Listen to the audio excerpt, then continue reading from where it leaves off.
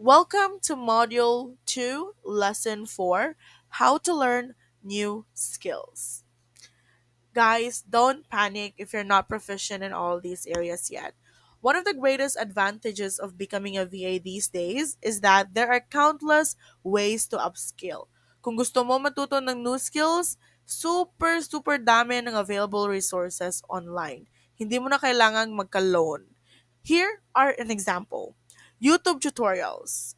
Perfect for quick visual overviews. Maraming free resources sa YouTube na pwedeng makatulong sa'yo. From email management hacks to advanced Excel tips. Oh my God, the OG of free learning. We call it the YouTube Academy. Type mo lang yung gusto mong matutunan like how to use Canva and boom! May teacher ka na agad. Minsan may accent pa. Advantage lang kasi these days for new VAs is that marami ng content creators na gustong mag-create ng mga free resources. Noon, mga 2020, 2021, sobrang limited ng resources namin. We have to really buy courses or enroll for mentorship para lang matuto sa isang skill na gusto namin mag-upskill. But now, it's super easy. For example, in YouTube tutorials, you can search for like how to use Google Sheets for beginners, Canva design tips for virtual assistants, hacks on email management, how to master, go high level, and so much more.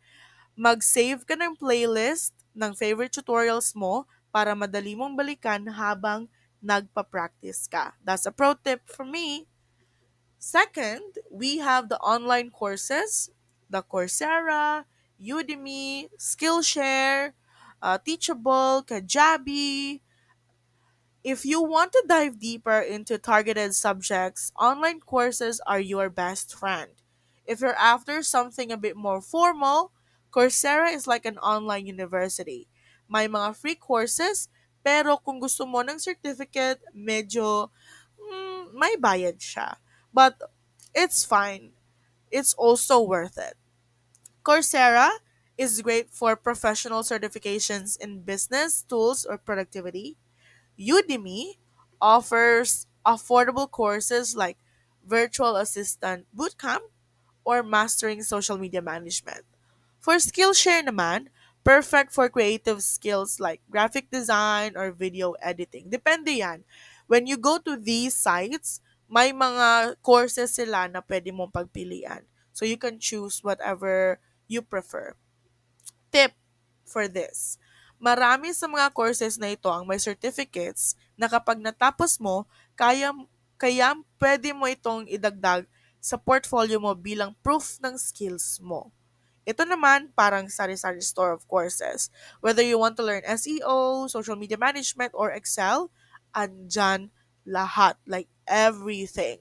Most courses have promos, so you can get them for as low as 300, mga 299, parang ganyan.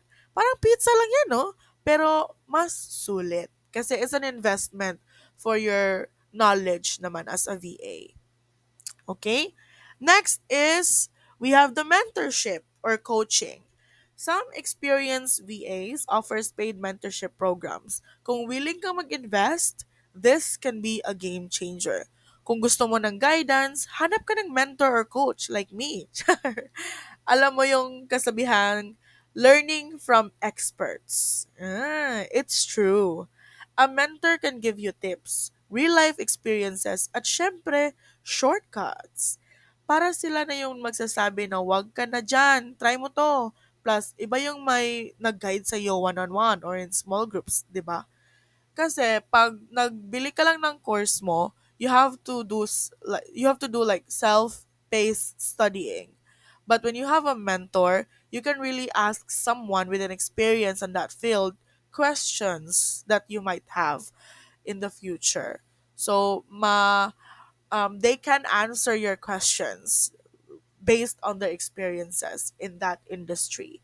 So it is also an advantage if you purchase mentorship or coaching from an expert like me. The benefits of these are, as mentioned, personalized guidance tailored sa skill level mo, insider tips on finding clients and growing your VA business, access to their network or resources. Okay? I'm not saying mas better na mag-mentor kaysa courses.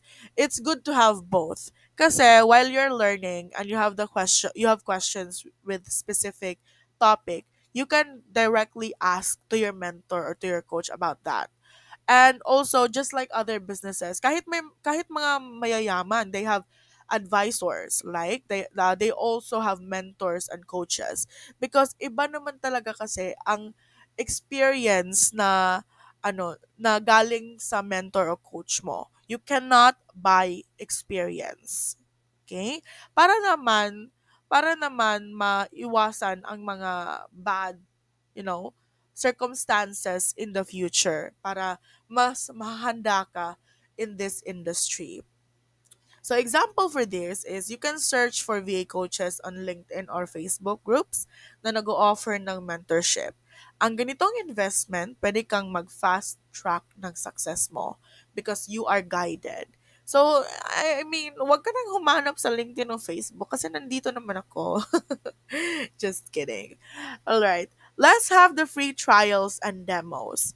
Tools like Canva, Trello, or project management apps often offer free trial periods. Perfect ito para ma-explore mo muna ang features bago gamitin sa client or projects. Huwag mo palampasin ang mga free trials. May mga free trials sa mga tools eh. We have 1 month, ang iba naman, um, s- uh, 1 week. So, leverage it. It's free. You can just unsubscribe it when you're done or when it's almost time. Tools like Canva, Grammarly, or even project management platforms like Asana or Trello usually offer free trials for demos. Perfect ito para makuha mo yung feel ng software nang hindi agad gumagastos. Pro tip, explore the tutorials during the trial para max out ang learning mo. So if you're not confident enough with a tool, you can use the free trials and explore its features. Kasi iba talaga eh. It's different when you watch how to do it kaysa yung hands-on mong ginawa. So, leverage on the free trials and demos. Huwag sayangin ito. Gamitin mo ito to practice creating deliverables na pwede mong idagdag sa portfolio mo. Bottom line, guys, learning new skills is super accessible now. Mhm. You just have to invest your time, konting effort, and maybe a little cash kung kaya. Tandaan, every new skill you learn makes you more valuable to your future clients. Always remember that. Aim to make learning a continuous part of your routine, even dedicating just 15 minutes a day to practice a new skill or a new tool can definitely add up dramatically over time. So, leverage on those free things and always learn. Just like me, I'm not an expert. I am just a coach, but even I am just a coach, I still learn every single day. Kaya marami akong tools na alam. It's because I put effort in learning those tools every day. So, yun lang, pro tip, don't forget my pro tips and a lot more from this video, from this module. And see you in the next lesson. Bye-bye.